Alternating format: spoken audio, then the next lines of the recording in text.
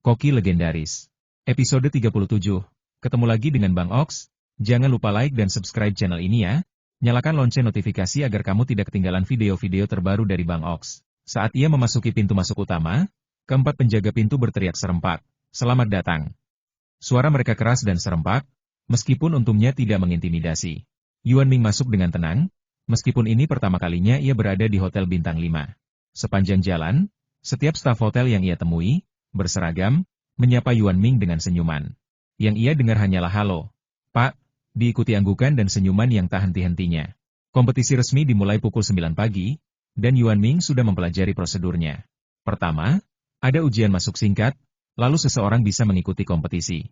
Hanya ada 12 orang yang berkompetisi, dan ujian masuk seharusnya berupa ujian, tetapi kenyataannya, itu hanyalah pemanasan. Tentu saja, Yan Jia telah memberitahu Yuan Ming hal ini.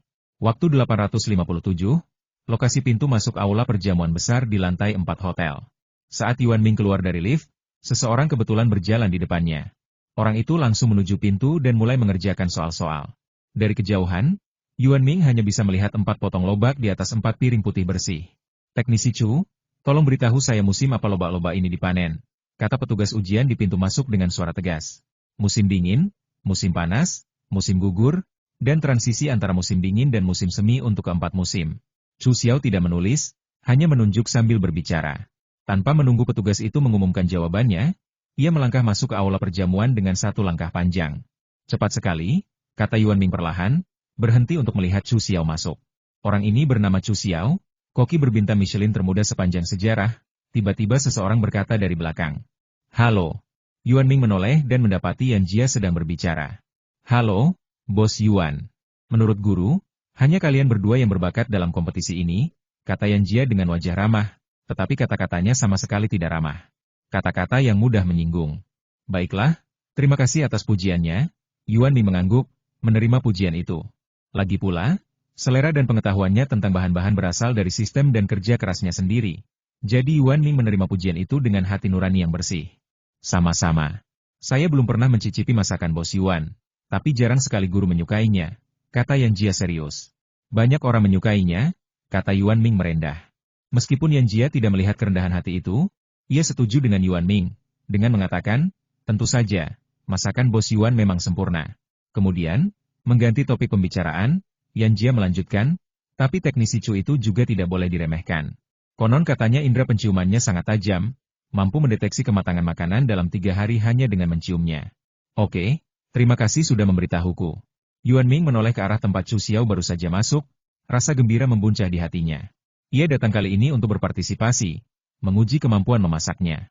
Lagi pula, sistem tidak mengizinkannya mengambil sertifikat koki. Meskipun yang terpenting, ia tidak bisa menunjukkan bukti pekerjaan. "Bos Yuan, waktunya masuk." Yan Jia senang melihat Yuan Ming mendengarkan dengan saksama, mengingatkannya. Kepuasan Yan Jia tentu saja karena ia tahu prediksi rival lama gurunya bahwa Yuan Ming akan kalah. Namun, melihat sikap Yuan Ming yang tenang, tulus, dan rendah hati, serta apresiasi gurunya yang mendalam atas kemampuannya, ia tahu ia tidak akan kalah banyak, dan hasil seri pun mungkin saja terjadi. Yuan Ming, tentu saja, tidak menyadari pikiran Yan Jia. Ia berjalan menuju pintu dan menunggu ujian masuk. Namun, ujian kali ini sedikit berbeda.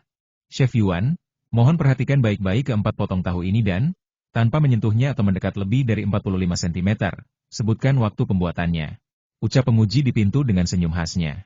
Ini adalah pertanyaan tersulit dari 12 pertanyaan.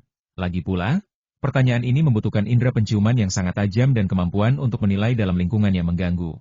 Jarak yang jauh, tidak dapat disentuh, dan tahu yang masih terendam air menambah kesulitannya.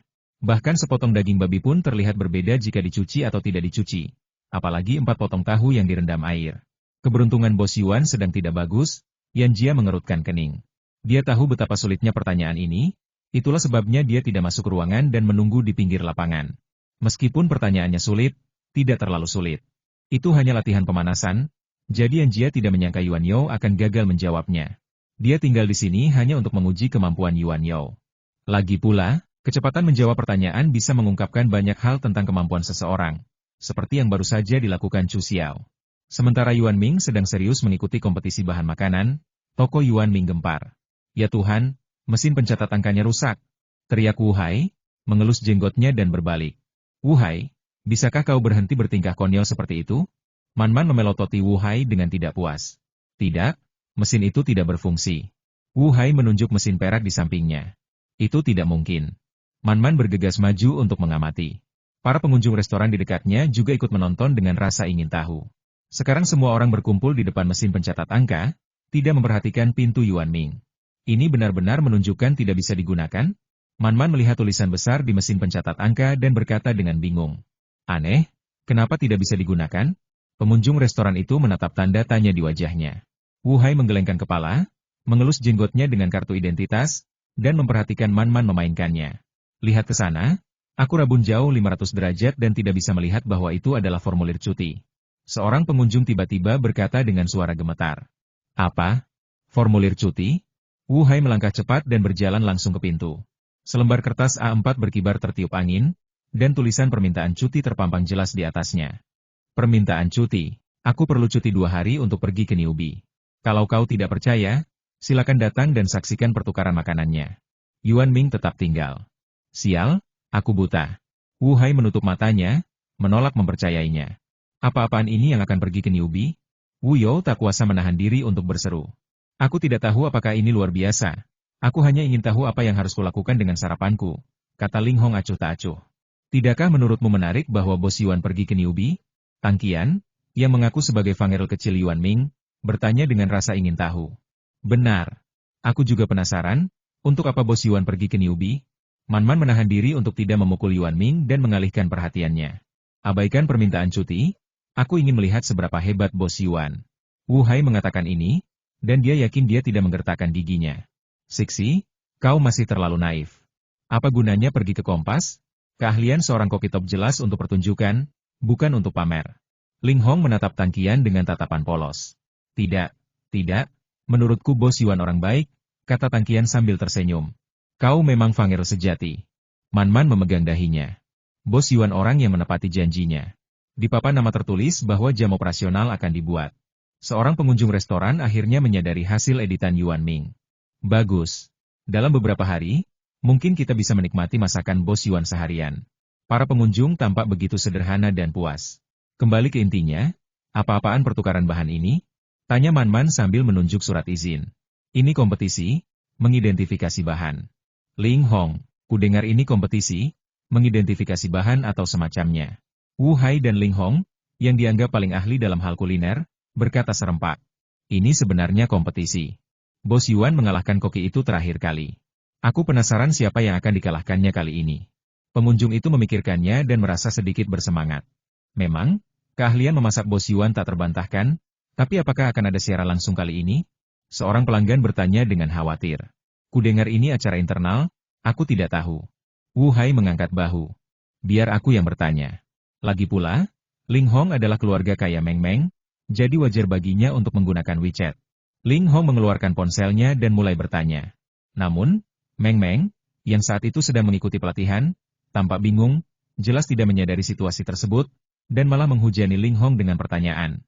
Sepertinya orang ini menyelinap keluar sendirian. Ling Hong masih merasakan sakit yang teramat dalam, teringat sarapannya pagi ini. Sementara Ling Hong bertanya, Wu Hai juga menelepon Zheng Jiawei. Agennya yang sangat kuat memang telah mengamankan tiket, tetapi hanya ada 5 tempat yang tersedia. 5 tempat? Siapa yang mau pergi? Wu Hai melirik para pelanggan di toko Yuan Ming dan, alih-alih berbicara langsung, ia memposting di obrolan grup. Bercanda, semua orang penasaran. Jika ia mengatakannya dengan lantang, Wu Hai mungkin akan ditarik begitu keras hingga ia bahkan tidak bisa memegang kumisnya. Orang pertama yang menjawab adalah Ling Hong, dan jawabannya sangat lucu. Paman Ling tidak butuh tumpangan, pergilah sendiri. Wu Hai memutar matanya dengan kesal, mengabaikannya sepenuhnya dan memilih 5 orang di sekitarnya yang telah menjawab lebih dulu. Pergi diam-diam, jangan agresif, kata Wu Hai, humornya langka. Kelompok itu diam-diam pergi, siap menyaksikan Yuan Ming pamer. Para pengunjung dan Yan Jia berbeda pendapat. Mereka mengira Yuan Ming hanya pamer, artinya ia dijamin menang. Sementara Yan Jia yakin hasil seri adalah hasil yang sangat bagus untuk Yuan Ming. Dan Yuan Ming, yang dianggap pengunjung sebagai pamer, memang sedang pamer. Yuan Ming menunjuk potongan tahu pertama dan berkata, sudah 3 jam 20 menit sejak tahu ini dibuat dan didinginkan. Potongan kedua baru 5 jam, yang ketiga hanya 2 jam, dan potongan terakhir lebih lama. Yuan Ming memeriksa waktu di ponselnya dan melanjutkan, 7 jam. Selamat, Chef Yuan. Silakan masuk. Gadis yang memeriksanya mengulurkan tangan putihnya yang halus, memberi isyarat kepada Yuan Ming untuk masuk. Yuan Ming mengangguk, maju 2 langkah, lalu berkata dengan tenang, ngomong-ngomong soal kedelai musim semi yang digunakan untuk potongan tahu keempat ini, menurutku kedelai musim semi tidak cocok untuk membuat tahu. Hah? Gadis itu terkejut. Sebelum sempat tersadar, Yuan Ming sudah memasuki ruang perjamuan dan menyapa Yan Jia di pintu. Setelah disapa, Yan Jia tersadar kembali. Bos Yuan memang pantas menjadi orang pilihan guru. Dia sangat mengesankan. Yan Jia menghela napas panjang, lalu melangkah masuk ke ruang perjamuan. Tentu saja, ia masih yakin Yuan Ming mustahil mengalahkan Chu Xiao. Bintang Michelin termuda dalam sejarah tidak mudah diraih. Gadis muda di pintu tersadar dan bergumam tak percaya. Bagaimana kau bisa tahu waktu produksi bahan-bahannya hanya dengan melihatnya? Dia benar, aku memang sengaja menggunakan kedelai musim semi. Tapi aku tidak menyangka ada yang langsung tahu, kata seorang pria parubaya berpenampilan sederhana di samping gadis itu sambil tersenyum. Benarkah? Seru gadis itu terkejut. Anak muda zaman sekarang memang semakin maju. Pria parubaya itu tidak menjawab, melainkan mendesah sambil melihat ke arah ruang perjamuan. Yuan Ming, yang baru saja selesai pamer dan kabur, merasa senang. Yuan Ming memasuki ruang perjamuan. Ruangan itu terang benderang dan tertata rapi. Hanya ada satu meja panjang yang kosong. Di tepi ruangan berdiri sekelompok pejabat berpakaian indah dengan gaun hitam. Di depan meja panjang berdiri 3 juri, dengan papan nama bertuliskan Ketua Persatuan Koki Tiongkok, Doktor Riset Makanan Pengawet, dan Peninjau Makanan. Masing-masing tampak mengesankan, tetapi selain ketua pertama, yang lainnya tampak berusia 40-an, di puncak kehidupan. Tentu saja, ada persyaratan usia untuk koki juga, pikir Yuan Ming, pikirannya melayang ke koki kekaisaran yang sudah pensiun. Saat berbalik, para koki yang berkompetisi tampak menonjol, pergelangan tangan mereka dihiasi pita biru, seperti hiasan, sementara para penonton mengenakan pita merah, membuat mereka mudah dikenali. Para koki yang berhasil berpartisipasi semuanya sangat terampil, sehingga banyak yang saling mengenal. Mereka berdiri dalam kelompok 3 atau 4 orang, mengobrol santai. Hanya 6 orang yang menonjol sebagai satu-satunya pengecualian. Salah satunya adalah Yuan Ming yang sendirian, yang tidak mengenal siapapun. Meskipun ingin membuktikan kehebatan kulinernya, ia tak segan menyapa koki yang tak dikenalnya. Ia hanya berdiri diam di samping, memegang segelas air. Sementara itu, Chu Xiao yang arogan berdiri di depan, memancarkan aura berwibawa, memancarkan aura semut, yang membuat orang-orang terintimidasi, menghalangi mereka yang ingin mengenalnya. Lagi pula, koki senior punya harga diri, dan tak seorang pun berani mendekati seseorang yang dingin dan acuh tak acuh. Lalu ada Lian Yi dan Xing Min, yang selalu berdebat. Suasana di antara mereka tegang, dan murid-murid mereka dengan gugup mencoba menenangkan satu sama lain. Kemudian Xing Min berbicara lagi, Pak Tua, kalau kau berani, ayo kita adu kekuatan. Pak Tua, kau masih berpikir kau anak muda yang pemarah. Lian Yi menatap Xing Min dengan dingin, tatapan yang bahkan tak mengganggunya. Kali ini, Xing Min kembali marah, dan kedua belah pihak mulai mencoba menenangkannya. Namun, satu-satunya yang gugup adalah asisten Xing Min, karena Lian Yi selalu menanggapi dengan kalimat sederhana dan tegas, yang membuat Xing Min semakin marah. Tepat 5 menit setelah pukul 9, pria tua dengan papan nama bertuliskan Ketua Persatuan Koki Tiongkok berdiri. Para koki yang terhormat, saya ingin mengundang Anda untuk melihat bahan-bahan ini. Kompetisi adalah nomor 2, komunikasi adalah nomor 1. Suara pria tua itu penuh energi. Begitu ia berbicara, diskusi di antara hadirin langsung terhenti dan mereka mendengarkan dengan saksama. Benar, komunikasi adalah nomor 1, sahut para koki. Ya, juara pertama memang milikku, apa yang perlu diperdebatkan? Kata-kata Chu Xiao langsung mendinginkan suasana. Anak muda memang penuh energi muda. Mungkin Anda tahun lalu, tapi tidak tahun ini, Lian Yi mendengus, menyatakan dengan belak-belakan. Oh, maksudmu mungkin dia? Chu Xiao menatap Lian Yi dengan serius, tetapi jarinya menunjuk Yuan Ming. Ketua mau pernah berkata bahwa kita harus membenci musuh secara strategis dan menanggapinya dengan serius secara taktis. Meskipun Chu Xiao tidak membenci Yuan Ming, ia juga tidak menganggapnya serius, ia hanya sedikit tertarik. Benar, Lian mengangguk. Chu Xiao terkekeh, tanpa reaksi lebih lanjut. Maaf, aku benar-benar tidak suka dituding. Tolong turunkan jarimu. Menggertak hanya membuatmu lebih lemah, dan kau seharusnya tidak menggunakannya untuk tuduhan yang tidak berhubungan dengan memasak, kata Yuan Ming sambil mengerutkan kening. Oh, Chu Xiao, mendengar kata-kata Yuan Ming, menatapnya dengan heran. Kurasa kita bisa mulai. Aku nomor 4. Berapa nomormu? Yuan Ming mengabaikan tatapan Chu Xiao yang sedikit tertarik dan bertanya langsung. Kau ingin bersaing denganku? Chu Xiao merasa agak lucu. Sejak ia menjadi terkenal, Tak seorang pun berani menantangnya dalam kontes ini, karena indera penciumannya 5 kali lebih unggul daripada rata-rata orang. Melalui latihan terus-menerus, ia dapat membedakan asal, usia, kematangan, dan kesegaran bahan apapun hanya dengan mengendusnya. Tak seorang pun bisa mengunggulinya dalam hal ini. Kau salah. Ini kompetisi, kata Yuan Ming tenang, tanpa sedikit pun semangat bersaing. Kau tampak percaya diri. Apakah pertanyaan sulit di pintu masuk itu membuatmu percaya diri? Chu Xiao, tentu saja, mendengar pernyataan kemenangan Yuan Ming dan bercanda. Kurasa kompetisi harus dimulai. Lagi pula, tidak ada waktu untuk disia-siakan, kata Yuan Ming dengan tenang, mengabaikan Chu Xiao dan memeriksa waktu di ponselnya. Menarik, kata Chu Xiao, tidak peduli dengan ketidakpedulian Yuan Ming. Ia melirik Yuan Ming yang tampak geli dan menyentuh lengan bajunya.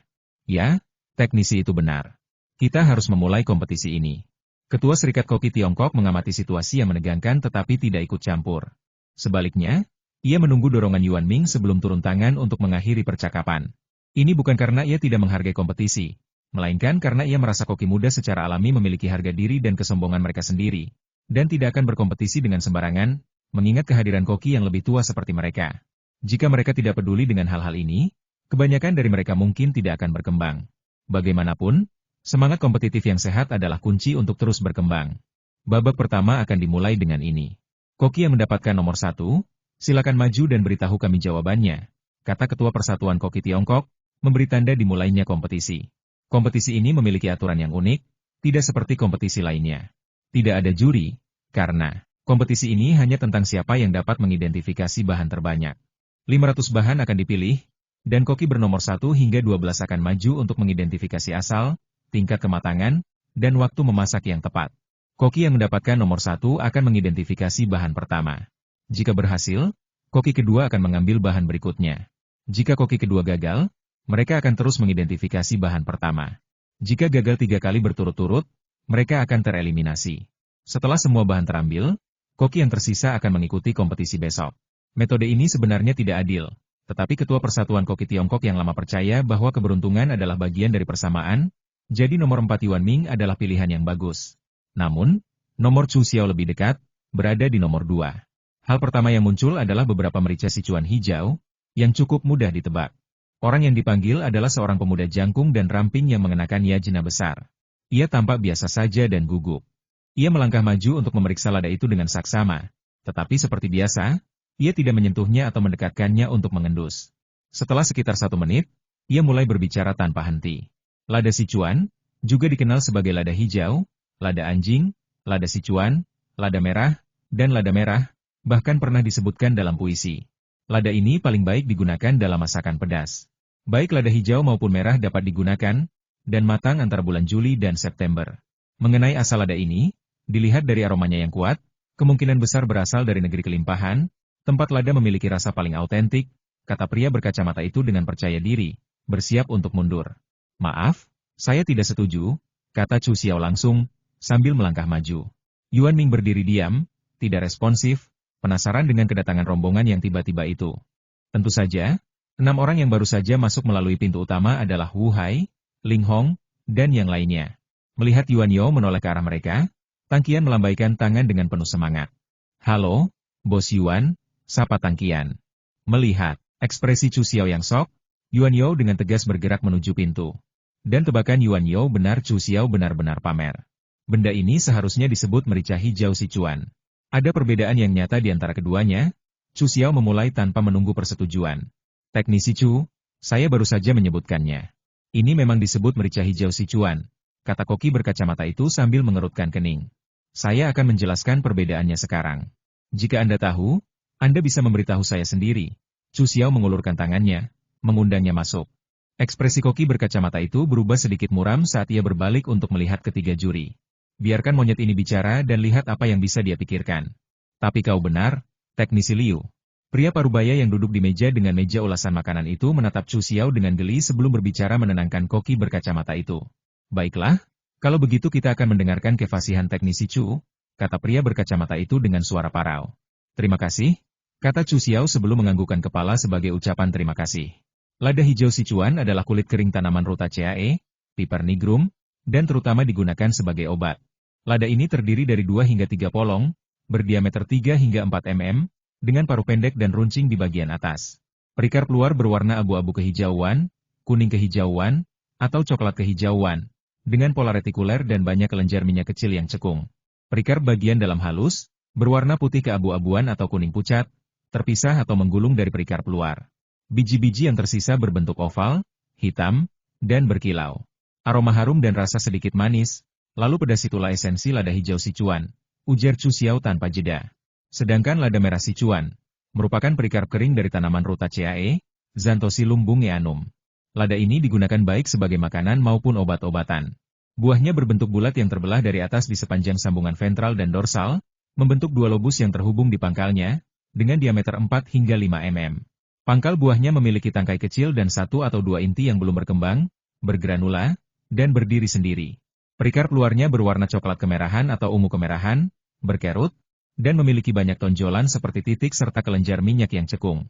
Perikarp bagian dalam halus, berwarna kuning muda, dan tipis seperti kulit, seringkali terpisah dari buah luar di pangkalnya dan menggulung ke belakang. Biji-biji yang tersisa berwarna hitam, dengan aroma yang unik dan rasa pedas yang tahan lama. Jadi, kedua jenis merica Sichuan ini sangat berbeda dalam penampilan dan rasa. Chu Xiao menyimpulkan dengan yakin. Meski begitu, saya tidak salah. Pria berkacamata itu merasa bahwa ia hanya menyatakan hal yang sudah jelas, tidak membuat kesalahan. Kesalahan terbesarmu saat ini adalah mengatakan kau tidak salah. Chu Xiao menoleh untuk melirik pria berkacamata itu, lalu melanjutkan, karena rasanya yang berbeda, mereka cocok untuk hidangan yang berbeda. Merica merah memiliki rasa yang lebih kuat, cocok untuk hidangan pedas dan gurih, seperti ayam pedas, sementara pepper hijau cocok untuk hidangan pedas dan yang membuat mati rasa, seperti babi goreng, kata Chu Xiao perlahan. Teknisi Chu benar-benar punya hobi yang unik, kata pria berkacamata itu sambil menggertakkan gigi. Hobi. Yang dimaksud pria itu tentu saja merupakan sabotase Chu Xiao. Tetapi setelah selesai berbicara, ia berbalik, membuka pintu, dan pergi. Pak, tempat istirahat ada di depan, kata pelayan di pintu sambil tersenyum. Tidak perlu, saya akan mengambil mobil dan pergi. Pria berkacamata itu merasa malu untuk tinggal. Ia telah melakukan kesalahan pertama, lalu diejek tanpa alasan. Tentu saja, ia tidak ingin tinggal. Terlalu kaku mudah patah, kata Li Yanyi sambil berpikir setelah pria berkacamata itu pergi. Tetapi tidak jelas apakah yang ia maksud adalah Chu Xiao yang agresif atau pria yang sudah pergi. Silakan, yang kedua. Ini aku. Chu Xiao tidak peduli dengan perilaku pria berkacamata itu, malah mendesak pelayan itu. Bahan kedua juga biasa saja, namun dengan sentuhan istimewa tauge. Kebetulan saja, topik pembuka Yuan Ming adalah tahu, sementara hidangan pertama Chu Xiao adalah tauge. Bos Yuan sombong sekali, bisik Tangqian yang sedari tadi memperhatikan semuanya. Ya, sangat percaya diri, Yuan Ming mengangguk. Orang itu Chu Xiao, kan? Apa dia sudah kembali ke Tiongkok? Ling Hong tiba-tiba menyela. Kau kenal dia? Yuan Ming tidak kenal Chu Xiao, jadi dia merasa itu bukan masalah. Tentu saja, kalaupun mengenalnya, dia tidak akan menganggapnya masalah besar. Bercanda. Sehebat apapun Chu Xiao, pernahkah dia melihat babi berjari 5, babi keriting, atau daging sapi langka yang harum? Apakah air pegunungan berkualitas tinggi yang murni hanya digunakan untuk mencuci sayuran? Lagi pula, Yuan Ming sekarang sudah ahli memasak. Dia tidak peduli hidup atau mati, dan dia akan bertarung sampai mati jika tidak setuju. Jadi, Yuan Ming tidak takut padanya, setenar apapun dia. Lagi pula, kesempatan yang diberikan oleh sistem, dikombinasikan dengan kerja keras Yuan Ming sendiri, membuatnya semakin kuat. Tentu saja, orang ini pelukis terbaik generasi muda. Ling Hong menunjuk Wu Hai dan melanjutkan, soal memasak, teknisi Chu Xiao. Dia sangat terkenal. Sudah pernah mencobanya? Wu Hai penasaran. Suatu kali, saya mengantre selama 8 bulan. Ling Hong mengangguk tanpa ragu. Bagaimana rasanya? Wu Hai langsung ke intinya. Yuan Ming hanya menonton, wajahnya tanpa rasa gugup, meninggalkan Ling Hong, yang sengaja membuatnya penasaran, agak terdiam. Ceritakan padaku, tanya Man Man penasaran. Kurasa masakannya jelas tidak sebaik masakan Bos Yuan. Tangqian menggembungkan pipinya, seolah-olah dia yang terbaik di Yuan Ming. Kau benar, masakannya memang tidak sebaik masakan Bos Yuan, tapi masakannya juga tak kalah mengesankan, kata Ling Hong sambil menghela napas. Kalau tidak selezat masakan Bos Yuan, wajar kalau masakannya juga tidak selezat masakan Bos Yuan, kata Tangqian kesal. Tidak, hanya saja menurutku masakan Bos Yuan lebih dari sekadar masakannya. Ling Hong mengungkapkan perasaannya. Terima kasih atas pujiannya, tambah Yuan Ming di saat yang tepat. Menurutku masakan Bos Yuan yang terbaik. Tunggu, Bos Yuan akan naik. Pergi dan lihat apakah dia benar-benar sekuat itu. Teriak Tang Qian pelan. Ayo. Mengenal diri sendiri dan musuhmu menjamin kemenangan dalam 100 pertempuran. Man-Man memberi isyarat bersorak. Ayo, kata semua penonton serempak. Kelihatannya bagus sekali. Pikachu, pikir Yuan Ming dalam hati. Rasanya, seolah ia benar-benar menjadi makhluk menggemaskan beraliran listrik itu. Setelah menenangkan diri dan menepis imajinasinya yang mengerikan, Yuan Ming berjalan dengan tenang untuk melihat bagaimana Chu Xiao akan menilai. Pria berkacamata itu baru saja menggunakan metode umum. Penilaian cermat yang mirip dengan metode pengobatan tradisional Tiongkok yang terdiri dari observasi, auskultasi, dan palpasi. Chu Xiao, di sisi lain, melangkah maju ke tempat yang ditentukan, berhenti sejenak sekitar 20 detik, lalu berbicara langsung. Kacang musim semi yang digunakan untuk kecambah telah dibiarkan berkecambah selama 6 hari. Kain muslin yang digunakan untuk menutupinya selama proses perkecambahan berbau menyengat. Sebaiknya gunakan linen tanpa pewangi lain kali. Chu Xiao hanya mengucapkan satu kalimat, hanya itu. Tetapi bahkan satu kalimat itu pun cukup sok. Setelah fermentasi, tauge itu sendiri mengeluarkan aroma kacang yang kuat, disertai bau fermentasi. Kain muslin yang digunakan untuk kompetisi juga tidak berbau. Mampu mengidentifikasi keduanya sebagai kacang musim semi dan kain muslin dalam situasi ini menunjukkan kehebatan Chu Xiao. Namun, Yuan Ming terkadang bisa sangat lucu. Dan kali ini gilirannya berbicara. Ini memaksanya untuk berpura-pura. Yuan Ming, ini bukan kacang musim semi, tetapi kacang dari peralihan antara musim semi dan musim panas. Sekitar sepertiganya berasal dari peralihan antara musim semi dan musim panas. Yuan Ming menyatakan penilaiannya dengan tenang. Kau benar, tapi aku belum selesai. Chu Xiao melirik Yuan Ming dan melanjutkan. Teknisi sebelum aku sudah mengatakannya, jadi aku tidak akan mengatakan apa-apa lagi. Chu Xiao hanya melirik Yuan Ming, tanpa menyebutkan arti namanya. Pot berisi tauge ini telah berpindah tangan dari 3 orang. Semuanya perempuan. Saya sarankan agar perempuan yang menangani bahan makanan menghindari parfum di kemudian hari. Lanjut Chu Xiao sambil mengangkat bahu. Iya, tidak merasa risih diganggu oleh Yuan Ming. Lagi pula, ia akan langsung mengoreksi siapapun jika mereka melakukan kesalahan. Itu saja. Chu Xiao kembali ke tempat duduknya. Ia sama sekali tidak percaya bahwa ia salah. Sementara itu, Yuan Ming bergumam pelan tentang aroma beberapa parfum. Ngomong-ngomong, parfum-parfum ini pasti punya nama. Sepertinya pengetahuanku masih terlalu sedikit. Yuan Ming tahu aroma parfum-parfum itu, tetapi tidak bisa mengucapkannya. Ia diam-diam memutuskan untuk kembali dan memperluas pengetahuannya. Mengetahui lebih banyak tidak ada salahnya. Yuan Ming adalah orang keempat yang naik, jadi ia tidak pergi jauh. Keberuntunganku ternyata sangat bagus hari ini. Yuan Ming menatap hidangan di piringnya, mendesah pelan. Ini adalah hidangan lain yang tidak biasa. Di atas piring ada sekuntum bunga, dengan 2 helai daun hijau di bawahnya, yang juga tampak indah. Perwet, Yuan Ming langsung menyebutnya. Hidangan ini memang langka. Kami jarang memakannya akhir-akhir ini, ujar Ketua Serikat Koki Tiongkok sambil tersenyum, mengelus jenggotnya. Lumayan. Saya pernah mencobanya sekali, dan rasanya masih segar dalam ingatan saya. Pria parubaya bergelar doktor dalam penelitian makanan berharga di atas meja mengangkat kacamatanya dan berkata dengan serius. Xiao Dong masih muda. Dia berani memasukkan apa saja ke dalam mulutnya, kata Ketua Serikat sambil tersenyum. Benar.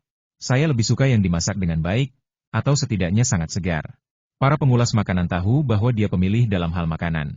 Hidangan ini asli Xin'an, dan yang berasal dari hulu sungai Xin'an sangat lembut, montok, dan empuk. Ini adalah herba abadi dalam famili Astraceae yang menyukai kehangatan. Daunnya menyerupai kerisan liar, juga dikenal sebagai Artemisia argi. Saat mekar, bunganya kecil dan putih, warnanya menyerupai mutiara, makanya disebut perwet. Pengantar Yuan Ming yang metodis biasanya dimulai dengan menguraikan semua karakteristik hidangan tersebut. Ada apa dengan orang ini? Dia seorang koki, tapi dia bertingkah seperti ahli botani, gumam para koki. Tentu saja, dia bukan Chu Xiao, dan dia bahkan menggunakan nama ilmiah untuk sebuah hidangan. Koki itu mengerutkan kening, agak tidak puas. Itu bukan ketidakpuasan. Semua orang bisa menerima kata-kata Chu Xiao, mereka sudah terbiasa. Orang ini begitu sok, begitu terbiasa ditindas. Tapi mengapa orang aneh ini datang, melontarkan omelan panjang dan ceroboh? Bukankah itu malah membuat mereka tampak tidak kompeten? Namun, sebelum mereka sempat menyelesaikan keluhan mereka, Yuan Ming mulai lagi. Yang di depan saya ini terlihat montok dan cantik, tapi bukan tanaman liar. Tanaman ini hanya tumbuh alami di Guangdong musim ini, dan tidak akan sesegar ini jika dikirim ke sini sekarang. Jadi, tanaman ini ditanam di rumah kaca di luar daerah kami. Tanaman ini kemungkinan besar adalah perwet yang ditanam di tengah, yang aromanya kuat. Ini paling umum digunakan dalam masakan cha zozo, Tapi saya pikir lain kali sebaiknya kita tidak menggunakan metode akuatik.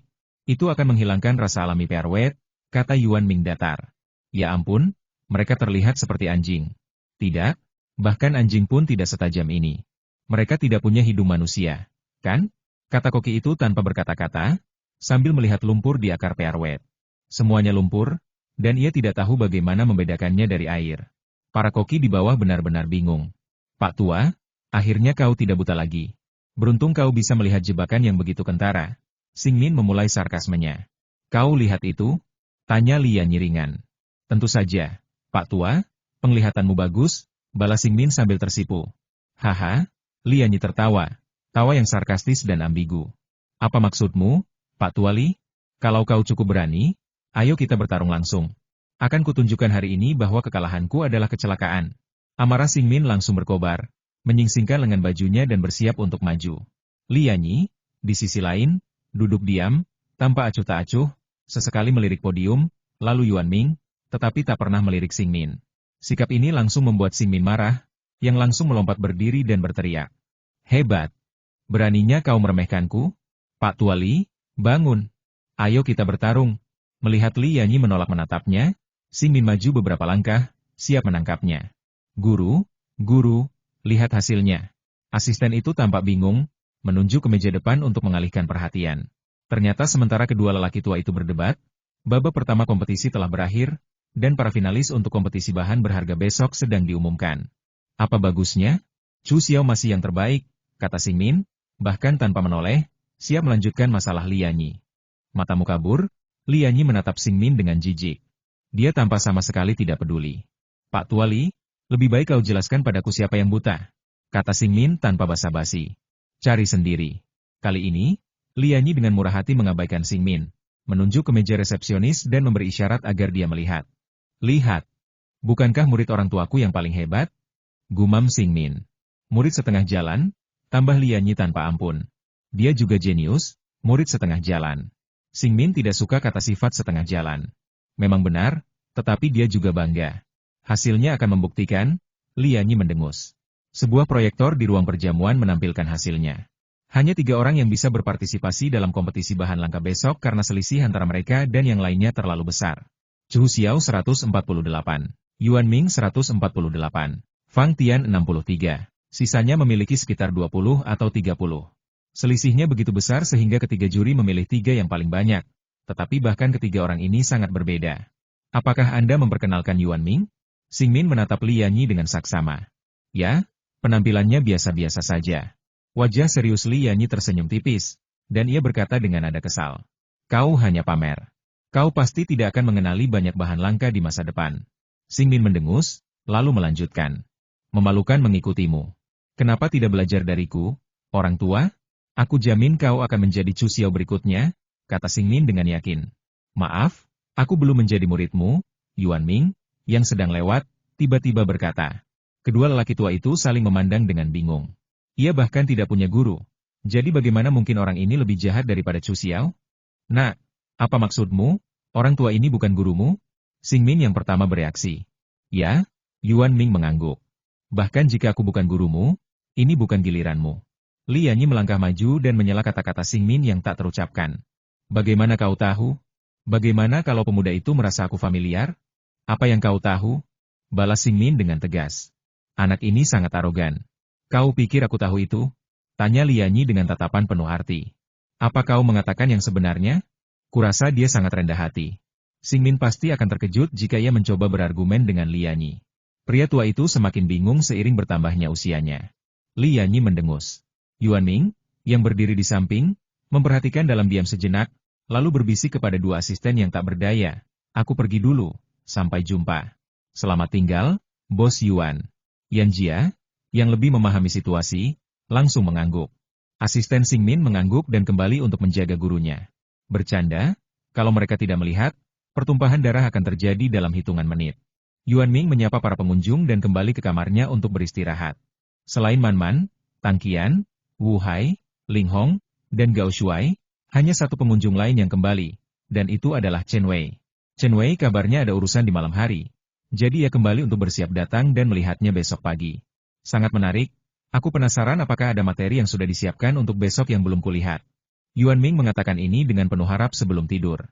Saat cuaca dingin, Chengdu diselimuti kabut. Itu bukan kabut asap, melainkan kabut tipis, yang menyelimuti seluruh kota seperti kerudung seorang gadis. Aku lupa menyetel alarm, gumam Yuan Ming dengan mengantuk sambil duduk di tempat tidur. Setelah jeda, Yuan Ming mengambil ponselnya dan mendapati hari masih pagi, tepat waktu untuk lari. Secerdas aku. Yuan Ming mengenakan pakaian olahraganya dan diam-diam berterima kasih pada dirinya sendiri karena telah membeli pakaian olahraga tadi malam sebelum tidur. Air dingin hula disiramkan ke wajahnya, dan Yuan Ming menjadi lebih terjaga. Sambil menyentuh wajahnya, ia bergumam, "Kudengar lebih sering menggunakan air dingin akan membuatmu lebih tampan." Setelah pamer, Yuan Ming turun untuk lari. Ia tidak suka pergi ke pusat kebugaran yang terhubung dengan hotel, jadi ia langsung pergi ke taman hotel untuk berlari. Setelah beberapa putaran, Yuan Ming bertemu dengan seorang pria, Chu Xiao. Chu Xiao, yang juga mengenakan pakaian olahraga abu-abu, muncul di taman. Tidak menakutkan memakai pakaian yang sama dengan orang lain. Memalukan kalau jelek. Yuan Ming menarik napas dalam-dalam dan bergumam pada dirinya sendiri. Chu Xiao, meskipun berpenampilan playboy, tetaplah tampan, tetapi Yuan Ming, dengan perut six-pack, sikap serius, dan aura dewasa seperti pria dewasa, bisa dibilang setara dengannya. "Hei, kau juga berlari?" Chu Xiao tiba-tiba berkata. "Ya," Yuan Ming mengangguk. "Pilihan bahan-bahan langka hari ini pasti akan memperluas wawasanmu." Chu Xiao selalu berterus terang. Ia sudah tahu Yuan Ming hanyalah seorang pemilik restoran kecil. Meskipun penampilannya kemarin mengesankan, bahan-bahan yang ia gunakan hanyalah bahan-bahan biasa, bukan bahan-bahan langka. Jadi, Chu Xiao tidak punya niat lain. Ia hanya berpikir ia bisa membantu Yuan Ming memperluas wawasannya hari ini. "Baiklah, kalau kau ingin memperluas wawasanmu, datanglah ke tokoku." Yuan Ming mengangguk, lalu berbicara dengan serius. "Apakah kau menggunakan sayuran yang tidak biasa untuk membuat hidangan yang tidak biasa?" Tanya Chu Xiao penasaran. "Tidak, hanya saja kau menggunakan bahan dan teknik yang relatif langka," kata Yuan Ming merendah. "Hahaha, bahkan yang jarang kulihat?" Chu Xiao menggelengkan kepala dan tertawa. "Ya, banyak yang belum pernah kulihat sebelumnya." Ekspresi Yuan Ming tetap serius. "Itu wajar." Chu Xiao berpikir wajar jika Yuan Ming belum melihatnya, tetapi mengatakan ia belum melihatnya adalah lelucon.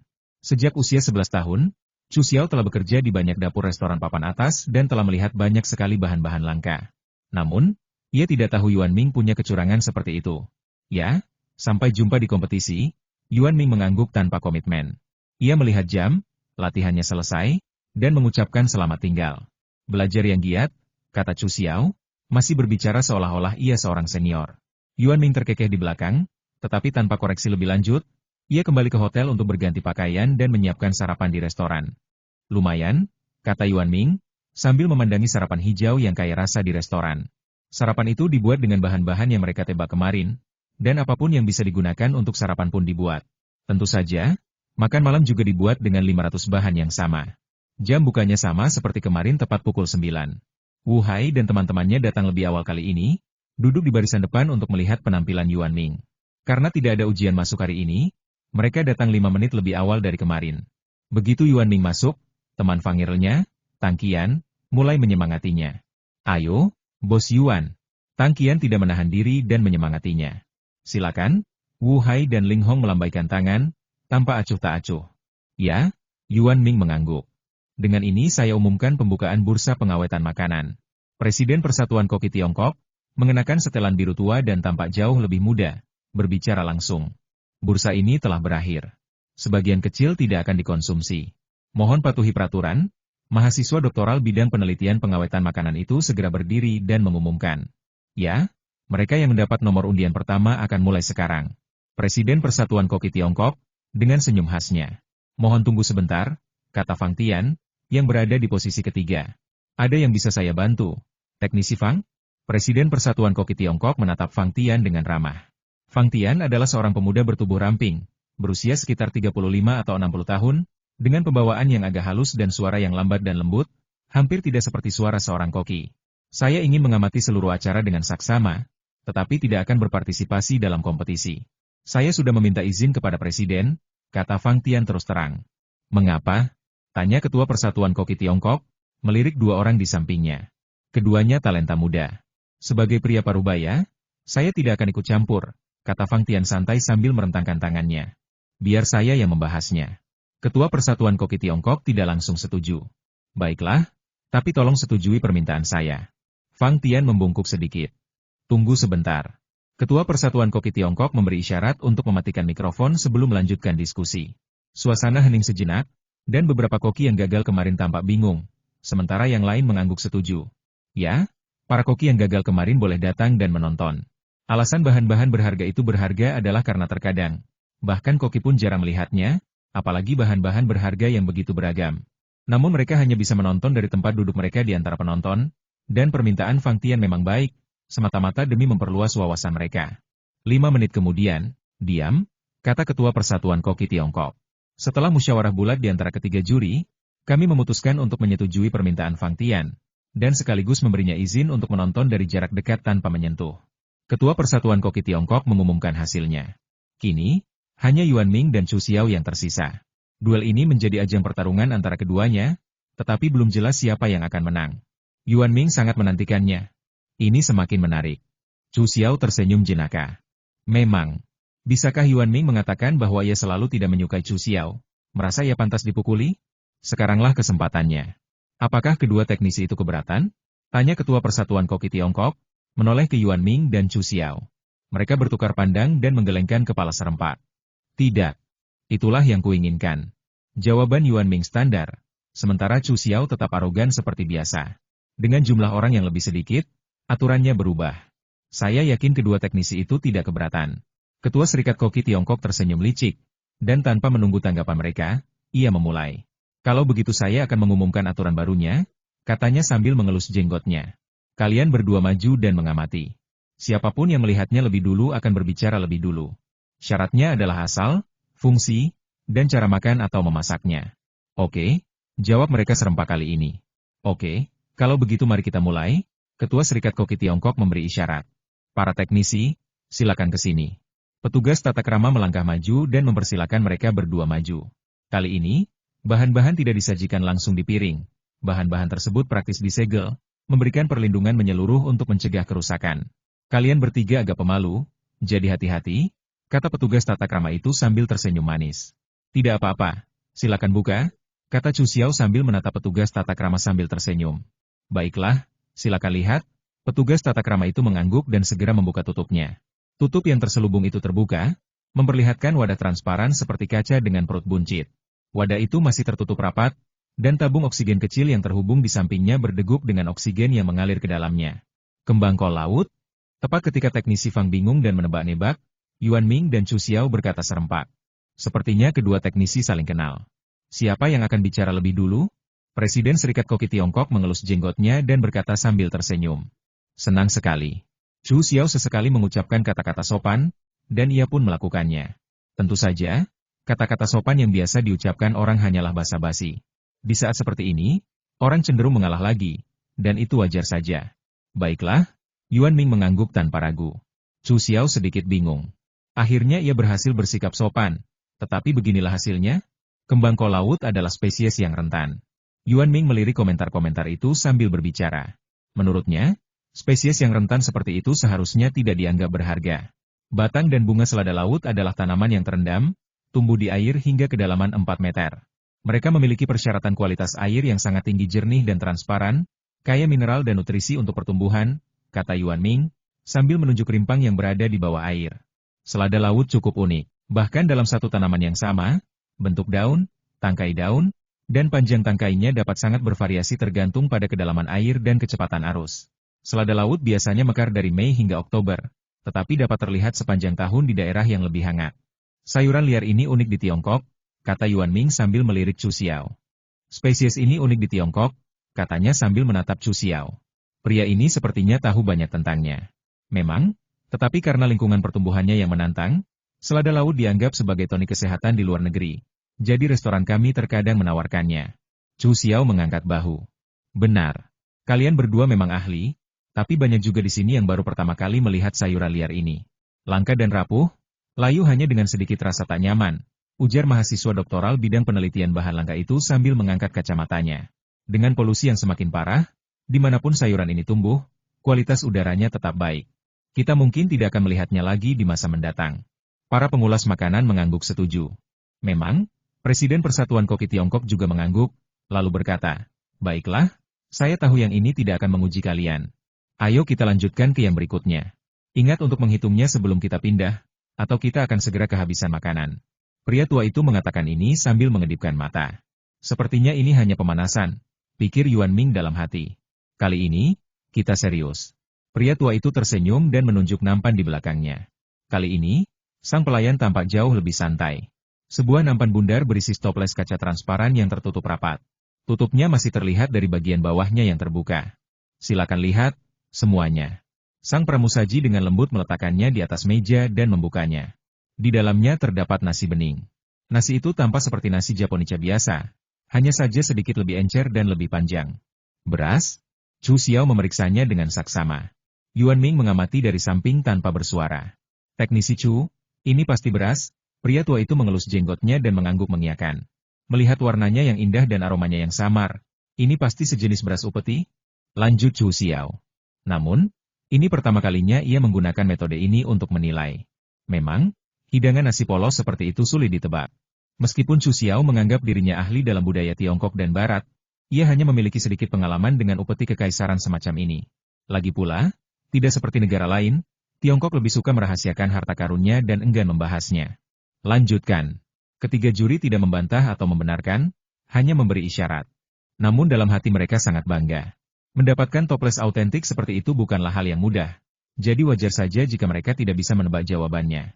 Ini setara dengan beras upeti Xiang Shui, tapi ini bukan beras upeti Xiang Shui. Pasti beras Zhafang. Warna dan aromanya sebanding. Chu Xiao cukup yakin ketika ia menyebutkan beras Zhafang. Haha, ketua tua itu tersenyum, dan hendak berbicara ketika jawaban Yuan Ming yang acuh tak acuh menyela. Beras Zhafang putih dan halus seperti batu giok. Wangi dan lembut saat dimasak menjadi nasi, dan lengket tetapi tidak berminyak saat dimasak menjadi bubur. Beras ini berkualitas tinggi. Yuan Ming terlebih dahulu menjelaskan karakteristik beras Zhafang sebelum melanjutkan. Namun, butiran beras ini jelas berwarna putih kebiruan seperti batu giok, dan teksturnya tampak padat seperti pasir. Jika digunakan untuk memasak nasi, sarinya pasti seperti susu. Nasinya akan berkilau dan harum, butirannya transparan, dan rasanya harum dan lezat. Beras jenis ini paling menggugah selera dan bermanfaat bagi limpa dan lambung. Yuan Ming menunjuk beras di dalam toples dan menjelaskan dengan sangat jelas. Lalu menurutmu beras jenis apa itu? Pertanyaan Chu Xiao bukanlah pertanyaan yang tulus, melainkan pertanyaan yang lucu. Ia hanya menganggapnya lucu. Lagi pula, ia pernah menjadi koki di Wisma Negara Dia Utai. Sementara Yuan Ming hanyalah seorang koki kecil di sebuah restoran kecil. Meskipun berpengetahuan luas, ia tidak bisa mengaku pernah melihat langsung nasi upeti. Tetapi setidaknya ia pernah merasakannya sekali. Kau bahkan tidak tahu tentang itu? Tanya Yuan Ming wajar. Hal ini membuat Chu Xiao tercekat. Ini nasi upeti Sanyi. Beras ini telah dibudidayakan di tanah ini sejak zaman Kaisar Qin Shi Huang, untuk memberi makan keluarga kekaisaran. Melihat keterkejutan Chu Xiao, Yuan Ming menggelengkan kepala dan menjawab. Ya Tuhan, kau sangat arogan, gerutu Chu Xiao, menatap Yuan Ming. Bagaimana mungkin seseorang tahu dari mana asal nasi ini hanya dengan melihatnya? Tidak ada perbedaan yang mencolok. Jadi, Chu Xiao tentu saja mengira Yuan Ming hanya omong kosong. Ini adalah malam tahun baru pertama Yuan Ming di kedainya. Lampu-lampu terasa hangat dan terang. Seperti biasa. Bos Yuan, kenapa Anda tidak istirahat sejenak hari ini untuk tahun baru? Tanya Wu Hai cemas, sambil melepas sarung tangannya saat masuk. Menunggu Anda, kata Yuan Ming, tersenyum tipis. Bos Yuan masih sangat perhatian. Wu Hai mengambil handuk hangat dan menyeka tangannya. Tepat saat ia hendak memesan, Yuan Ming membawakan semangkuk pangsit. Wu Hai memandangi pangsit putih berisi yang mengapung di mangkuk sup. Hanya pangsit dan tang yuan yang tersedia malam ini, kata Yuan Ming. Lalu kenapa saya tidak makan tang yuan? Tanya Wu Hai penasaran. Bukankah di tempat Anda sudah biasa makan pangsit? Kata Yuan Ming, menunjukkan bahwa ia masih ingat. Ini punya Anda. Yuan Ming mengeluarkan semangkuk tang yuan berisi dan menyerahkannya langsung kepada Jiang Changxi. Mangkuk hangat itu menghangatkan telapak tangan Jiang Changxi yang dingin. Jarang sekali kau memberiku makan tanpa meminta uang. Ini pertama kalinya, kompas. Jiang Changxi bingung bagaimana cara mengucapkan terima kasih dengan benar. Hari ini tahun baru Imlek. Yuan Ming bermaksud mengatakan bahwa ini adalah kesempatan istimewa. Jarang sekali aku menikmati kesempatan istimewamu. Jiang Changxi tersenyum. Silakan dinikmati. Yuan Ming memberi isyarat agar Wu Hai dan Jiang Changxi mulai makan. Aku ingin mencoba yang gratis ini. Pasti lezat, kata Wu Hai bangga sambil mengelus kumisnya. Kurasa begitu? Jiang Changxi setuju sambil tersenyum manis. Wu Hai menyendok sebuah pangsit. Pangsit putih yang montok itu seukuran sendok, tertata rapi di dalam sendok. Rendahnya berbentuk daun teratai yang indah, dan perutnya menggembung, tampak seperti penuh dengan makanan lezat. Ah! Wu Hai menggigit kulit pangsitnya. Kulit pangsit yang lentur dengan aroma gandum langsung menyerbu ke dalam mulutnya. Saat dikunyah, rasanya sama sekali tidak hambar seperti kulit pangsit lainnya, melainkan memiliki rasa asin ringan yang mengeluarkan aroma gandum, dan teksturnya sangat kenyal. Wu Hai menggigit lagi dan terdengar bunyi ding, dan ia merasakan sesuatu yang sangat keras. Di saat yang sama, Jiang Changxi, yang sedang menikmati lapisan luar tepung ketan yang lembut, harum, dan halus di mulutnya, juga mengeluarkan suara ding. Mereka berdua menatap Yuan Ming dengan ekspresi bingung. Bukalah dan kau akan lihat, kata Yuan Ming lembut. Sangat misterius, Wu Hai mengambil sumpit di sampingnya dengan rasa ingin tahu dan mengupas pangsitnya. Di sisi lain, Jiang Changxi sepertinya teringat sesuatu. Dengan senyum lembut yang langka di wajahnya, dan mengupas bola-bola ketan seperti yang diperintahkan. Di dalamnya terdapat 2 koin berkilau. Terima kasih. Jiang Changxi melihat koin-koin itu dan berkata pelan kepada Yuan Ming. Tidak perlu. Yuan Ming menolak, tetapi kali ini ia tersenyum dan mengangguk. Apa maksudnya ini? Hanya Wu Hai yang tidak begitu mengerti. Selamat Tahun Baru. Yuan Ming tidak mengatakannya dengan jelas, hanya mengatakannya begitu saja. Baiklah, sepertinya ini pertanda baik, kalau begitu aku akan lanjut makan. Wu Hai tidak memaksakan diri, dan melihat mereka berdua tersenyum seperti ini, ia pun dengan giat menyantap pangsit panas di mangkuk. Memang pertanda baik untuk memakan koin yang dibungkus ketan atau pangsit, yang berarti Anda akan sehat dan bugar di tahun mendatang. Dan ini melambangkan harapan baik. Cai Mao, apakah kalian sudah membuka cabang di dunia 3 dimensi? Yuan Ming belum. Cai Mao, lalu apa yang kalian bicarakan? Yuan Ming, meskipun kalian tidak bisa makan, saya tetap bisa mengucapkan selamat tahun baru dan semoga sukses untuk kalian semua. Cai Mao, tentu saja. Sahabat-sahabat buku terkasih, saya berharap kalian semua semakin baik di tahun baru. Aku mengatakan yang sebenarnya. Yuan Ming mengerutkan kening, menatap Chu Xiao dengan serius, lalu berkata, Hah, Chu Xiao tidak mengatakan apa-apa, hanya mendengus. Kau bisa menilai sekarang. Yuan Ming mengabaikan Chu Xiao dan hanya mengingatkannya dengan ringan. Hahaha, teknisi Chu, kau salah kali ini, kata ketua Serikat Koki Tiongkok riang sambil mengelus jenggotnya. Menurutnya, Chu Xiao terlalu arogan, dan kalah sekali bukanlah hal buruk baginya, jadi ia mengumumkannya dengan sangat lugas. Apakah ini benar-benar beras upeti sanyi? Chu Xiao mengangkat sebelah alisnya heran. Benar. Demi mendapatkan beras dari tempat asal Danau Eya, kami berdebat panjang lebar dengan para tetua dari Akademi Ilmu Pertanian. Ketua yang sudah tua itu berkata dengan ekspresi yang sangat bangga. Memang tempat asalnya, tapi letaknya dekat dengan tepi ladang 10.000 MU. Warna bulir beras di sini berbeda dengan yang lain. Yuan Ming menunjuk beberapa bulir beras di tengah toples dan berkata dengan serius. Dasar orang-orang tua licik. Ketua Serikat Koki berlari turun sambil berdebum duk-duk. Lihat, kata Yuan Ming dengan teliti, menunjuk bagian bulir beras itu. Penglihatan lelaki tua itu belum kabur. Setelah diamati lebih dekat, perbedaan warnanya terlihat jelas. Hal ini membuatnya marah, dan ia menggertakkan gigi, bergumam, HMPH. Jangan coba-coba makan masakanku lain kali. Yuan Ming, dengan pendengarannya yang tajam, tidak berkata apa-apa lagi. Ia hanya melirik tangan ketua, memperhatikan kekuatan dan kekencangannya, kontras alami dengan tangan mantan koki kekaisaran yang gemetar. Kau sekarang bisa menggunakan setidaknya 70% kekuatanmu, Yuan Ming menilai situasi dan menyimpulkan dalam hati. Kau cukup hebat, kata Chu Xiao, melihat bahwa ketua aliansi sudah memberikan penilaiannya kepada Yuan Ming. Terima kasih, Yuan Ming mengangguk, menerima pujian itu. Tapi aku tidak yakin tentang itu nanti, kata Chu Xiao yakin. Ya, belum tentu, Yuan Ming mengangguk, setuju dengan Chu Xiao. Suasana permusuhan yang tak terlihat tiba-tiba menyelimuti mereka berdua. Babak ketiga identifikasi bahan langka dimulai, kali ini mahasiswa doktoral muda bidang identifikasi bahan langka yang angkat bicara. Kemarahan ketua belum berakhir. Perlu diketahui bahwa hasil panen beras upeti sanyi saat ini sangat rendah. Akademi Ilmu Pertanian menggunakannya untuk penelitian dan budidaya, bukan untuk dijual kepada publik. Hanya sedikit yang disumbangkan kepada individu-individu tertentu. Untuk mendapatkan toples seperti itu, ketua telah menginvestasikan gengsi yang besar dan bahkan secara pribadi memasak hidangan lezat. Siapa sangka sebagai imbalannya, yang akan ia terima hanyalah sebutir beras dari 10.000 hektar lahan pertanian yang subur? Bagaimana mungkin ia tidak marah? Silakan kemari, semuanya. Bahan langka ini ada di sini. Wanita etiket melangkah maju dan memimpin rombongan ke sebuah pilar besar di sudut ruang perjamuan. Kali ini, Ini makhluk hidup. Mohon menjauh agar tidak membuatnya marah, kata wanita etiket itu, seperti biasa, dengan peringatan yang lembut. Jika wanita etiket itu tidak mengatakannya, tidak akan ada yang menyadari pilar itu sebenarnya berisi sesuatu. Bukalah. Chu Xiao mengabaikan instruksi itu, ia lebih penasaran tentang apa itu. Silakan tunggu, kata wanita etiket itu, perlahan mengangkat tutupnya. Dengan suara wus, wanita etiket itu dengan lembut menyingkap tirai kain gelap dan lembut. Wow, hebat sekali. Kau berhasil mendapatkan ikan sturgeon ini, seekor ikan muda. Kalau kau mau memasaknya, biarkan aku yang memasaknya, kata Chu Xiao segera setelah melihat ikan itu. Mengelilingi tangki air besar, mereka memandang ke kiri dan ke kanan. Wajah mereka dipenuhi kegembiraan. Sturgeon? Gumam Yuanming pelan, dan hampir seketika, ia teringat akan sturgeon legendaris itu. Legenda mengatakan bahwa pada masa pemerintahan Qianlong, orang-orang Heze yang gagah berani menangkap seekor ikan aneh yang sangat besar. Tak seorang pun pernah melihat ikan sebesar itu, dan mereka terkesima. Menurut adat istiadat pada saat itu, semua barang langka dan berharga dari rakyat dikirim ke ibu kota untuk dipersembahkan kepada kaisar. Oleh karena itu, monster ini dibawa ke ibu kota oleh para nelayan lokal dari sungai Heilongjiang, mengatasi kesulitan yang tak terkira dan tanpa adanya transportasi modern.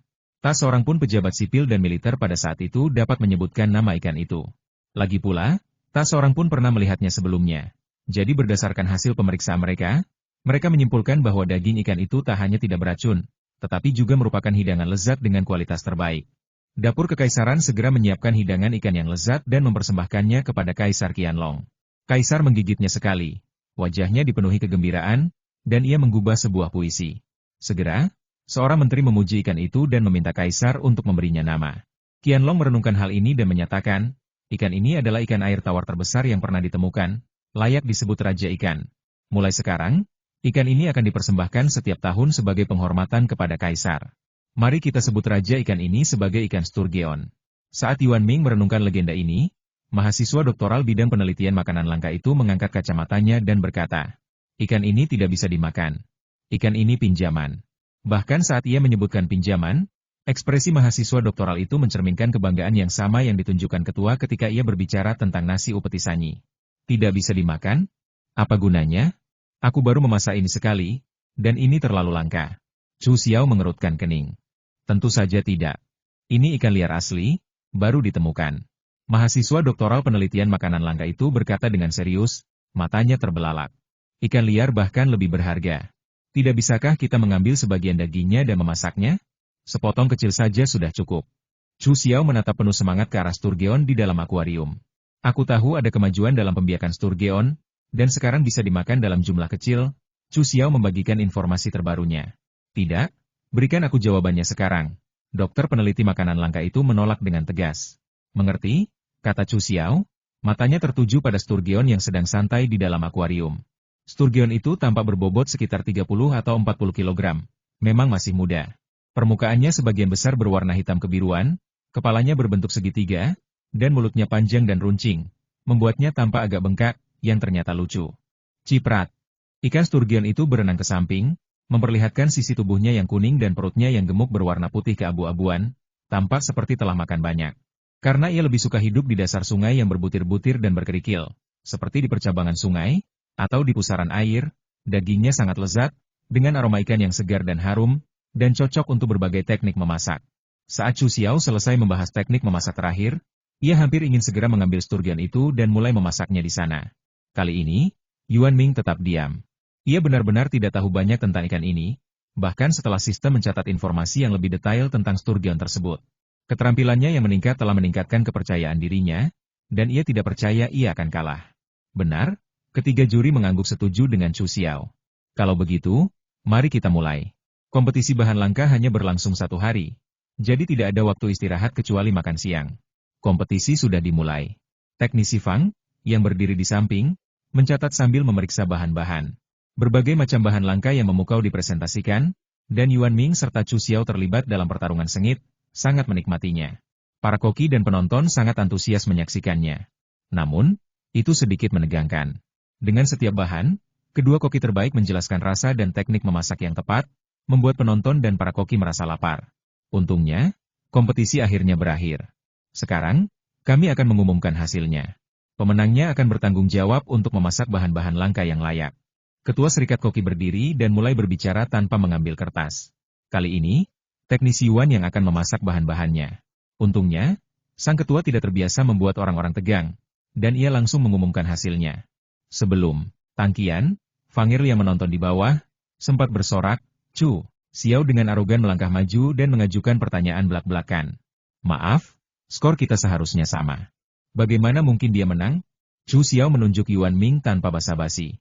Yuan Ming menatap Chu Xiao dengan tegas dan berkata, "Silakan mengaku kalah." Suasana membeku, Chu Xiao benar-benar tidak yakin. Sikap puas diri Yuan Ming. "Teknisi Yuan, apa kau terlalu memikirkannya? Tingkat akurasi kita sama," ejek Chu Xiao. "Sebagai teknisi ahli, kau seharusnya tahu kenapa kau kalah," kata Yuan Yao datar, menatap Chu Xiao. "Hehe." Dua kata Chu Xiao dengan jelas menggambarkan sikapnya. "Kurasa skornya juga sama. Bagaimana teknisi Yuan bisa begitu yakin menang?" Para koki di bawah juga sedikit bingung. "Benar, aku tidak menyangka akan ada kuda hitam tahun ini. Beberapa teknik yang baru saja dia sebutkan sangat menarik. Ini lebih berkaitan dengan masalah teknis. Kurasa seharusnya seri." Para koki masih condong ke hasil ini. Itu hanya lelucon. Chu Xiao pernah berpartisipasi sekali, dan dia sudah pernah mengalahkan mereka sekali. Sekarang dia memberitahu mereka bahwa siapapun bisa mengalahkan Chu Xiao. Seberapa tidak terampil mereka? Karena itu, sebagian besar koki mulai berbisik-bisik pendapat mereka. Chu ini benar-benar menyebalkan. Dia jelas kalah." Tang Qian cemberut dan mendengus. "Kurasa Bos Yuan pantas mendapatkan yang lebih, jadi dia menang," kata Chen Wei objektif. "Mungkin itu saja. Sepertinya teknisi Chu tidak sehebat Bos Yuan," kata Ling Hong sambil tersenyum, mengelus dagunya. "Penilaianku memang sempurna," kata Wu Hai bangga, sambil mengelus kumisnya. "Lagi pula Bos Yuan tidak mungkin kalah, dia hanya tidak punya sertifikat." Man Man juga yakin Yuan Ming akan menang. Siapapun yang pernah menyantap masakan Yuan Ming pasti merasakan hal yang sama.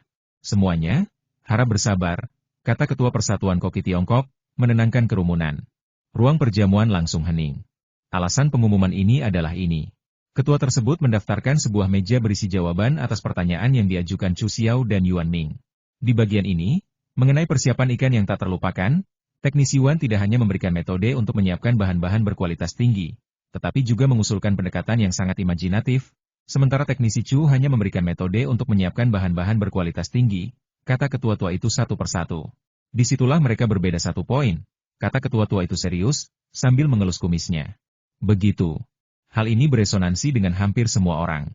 Tahun depan kau tidak akan seberuntung itu," kata Chu Xiao kepada Yuan Ming sebelum siapapun sempat bereaksi, lalu berbalik dan pergi. "Baguslah menjadi muda. Kau masih bisa membuat janji temu. Tidak seperti kita orang tua, yang mungkin bahkan tidak bisa mengangkat spatula tahun depan," kata ketua tua itu sambil tersenyum, tanpa sedikit pun khawatir. "Tidak apa-apa, aku masih bisa mengangkat pena," kata dokter peneliti bahan langka itu pelan. "Tidak apa-apa, aku masih bisa makan," tambah para pengulas makanan tanpa ragu.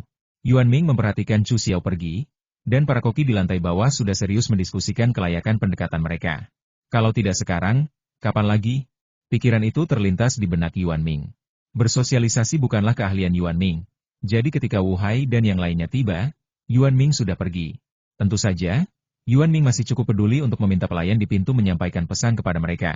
Berterima kasih karena mereka datang untuk melihatnya pamer. Cuaca semakin dingin, dan di luar semakin gelap. "Silakan panggilkan mobil," kata Yuan Ming sopan kepada seorang pelayan yang lewat. "Baik, Pak." Pelayan itu mengangguk dan memberitahu sopir taksi. Yuan Ming bergegas kembali semalaman. Sesampainya di pintu masuk gang, ia bertemu dengan Noodle Soup. Pria itu, dengan langkah ringan, tepat di depan Yuan Ming. "Hei, aku memberimu persediaan Noodle Soup untuk 2 hari sebelum aku pergi. Tidak kekurangan," kata Yuan Ming segera, sambil menatap Noodle Soup yang berjongkok di depannya. Namun, Noodle Soup duduk, menatap Yuan Ming dengan dingin, lalu berdiri dan berjalan pergi lagi, kembali ke pintu depan untuk mengawasi toko dengan saksama. "Oke, kurasa aku harus membuat sesuatu yang lezat besok untuk menebusnya," gumam Yuan Ming dalam hati, kesadarannya tiba-tiba muncul, sambil memandangi sup mie dan memikirkan para tamu. Yuan Ming tidur sangat nyenyak malam itu. Mengikuti jam biologis dan kebiasaannya, ia bangun, berlari, berolahraga, mandi, dan mulai menyiapkan sarapan. Saat Yuan Ming mengambil tepung untuk membuat sarapan, ia tiba-tiba menyadari ada yang salah dengan hadiah sistem. "Sistem, sepertinya kau tidak punya 100 cara untuk membuat bakpao?" tanya Yuan Ming serius. Sistem menampilkan pesan itu nama hadiahnya. "Hah?" Yuan Ming sedikit tidak percaya.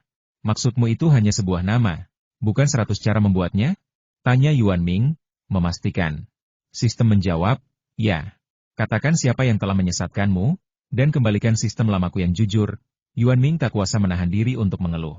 Sekalipun aku mencurangi hadiah ini, kau tidak boleh main-main seperti ini. Hati Yuan Ming hancur. Namun, sistem tidak menjawab, membuat Yuan Ming terdiam. Setelah beberapa saat, sistem masih tidak merespons.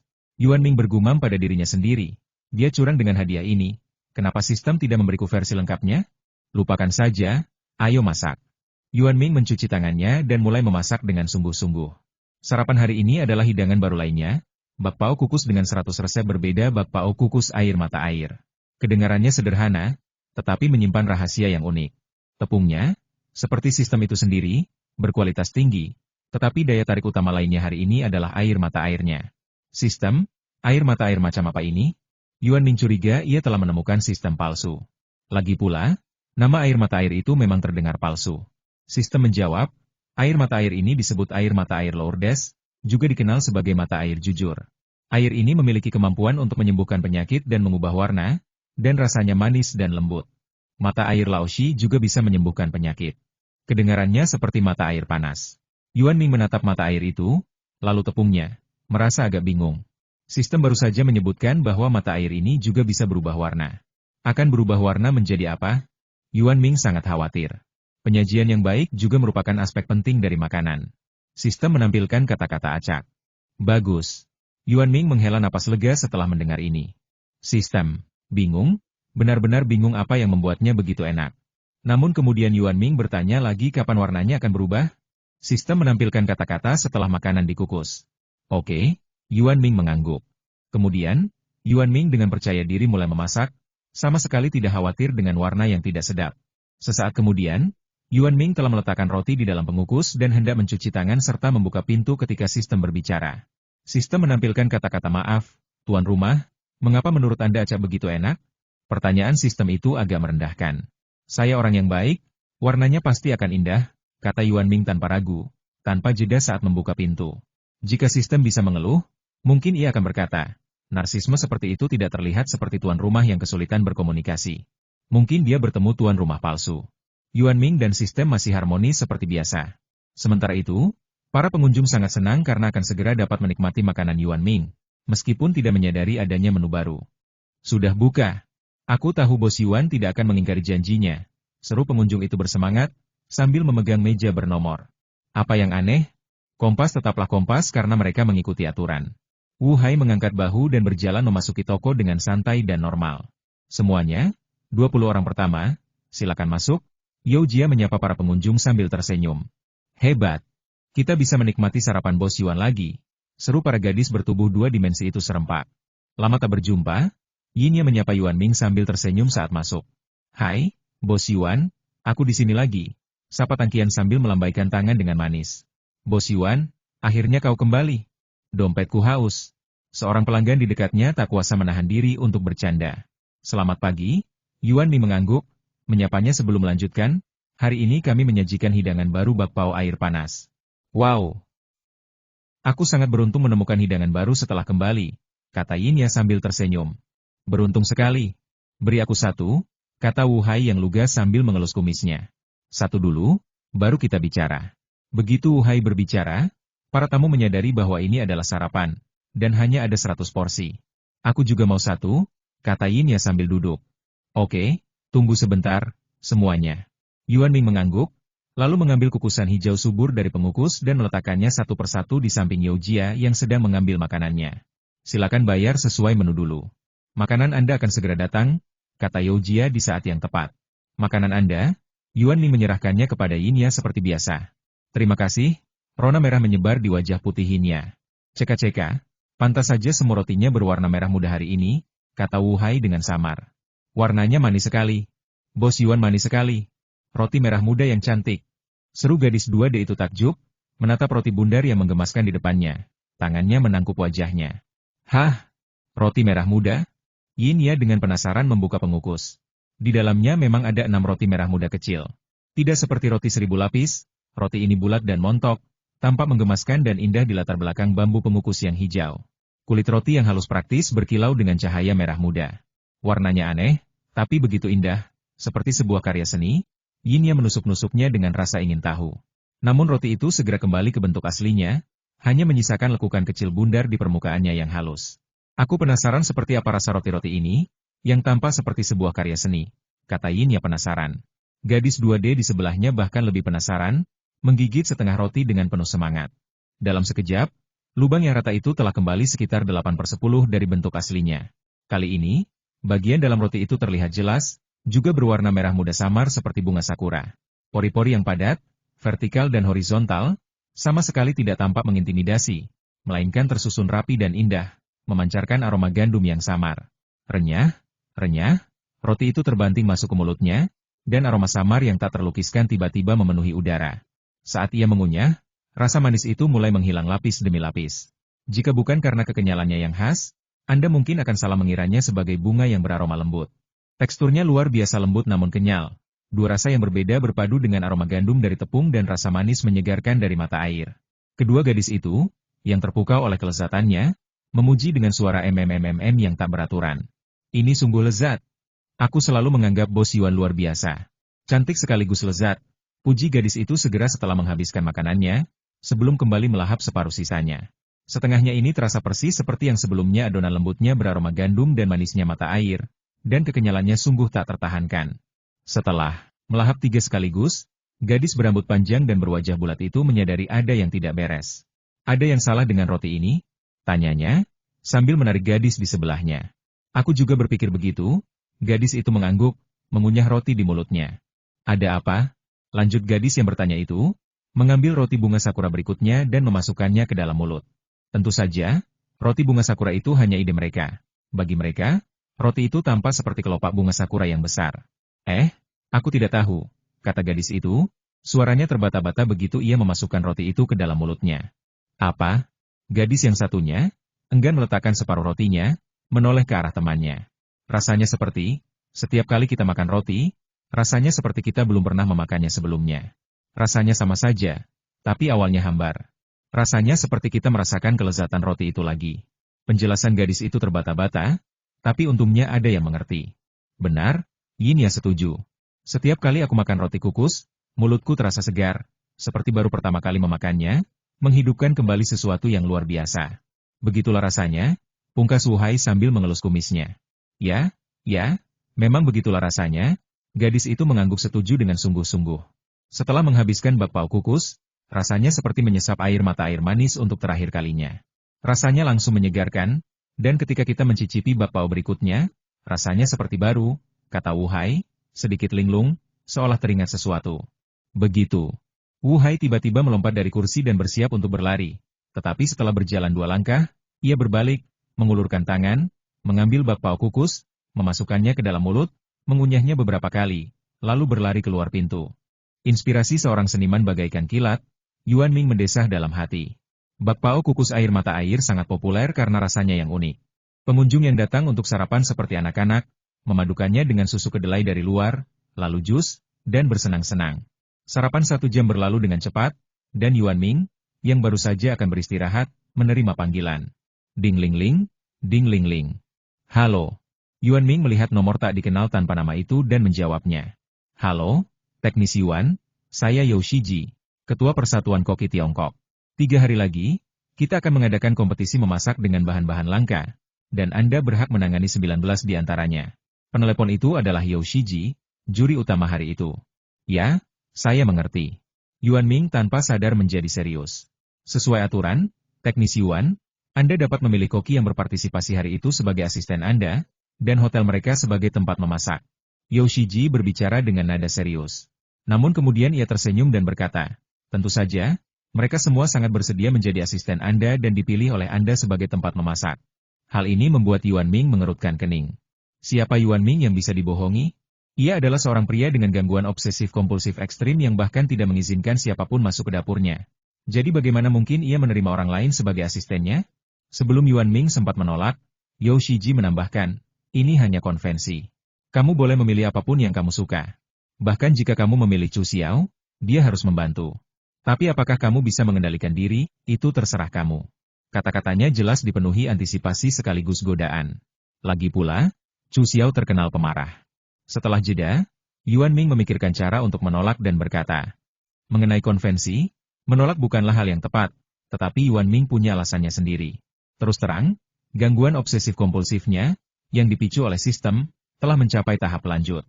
Tuan You, mengenai asisten itu, saya menolak. Jika Anda memiliki pertanyaan, silakan datang langsung ke toko saya dan saya akan memberikan buktinya, kata Yuan Ming, merasa sangat bijaksana. Tong, ting, ting, ting. Istirahat dulu bosku. Lanjut ke video berikutnya dan jangan lupa like dan subscribe channel ini ya. Nyalakan lonceng notifikasi agar kamu tidak ketinggalan video-video terbaru dari kami, Tong, Ting.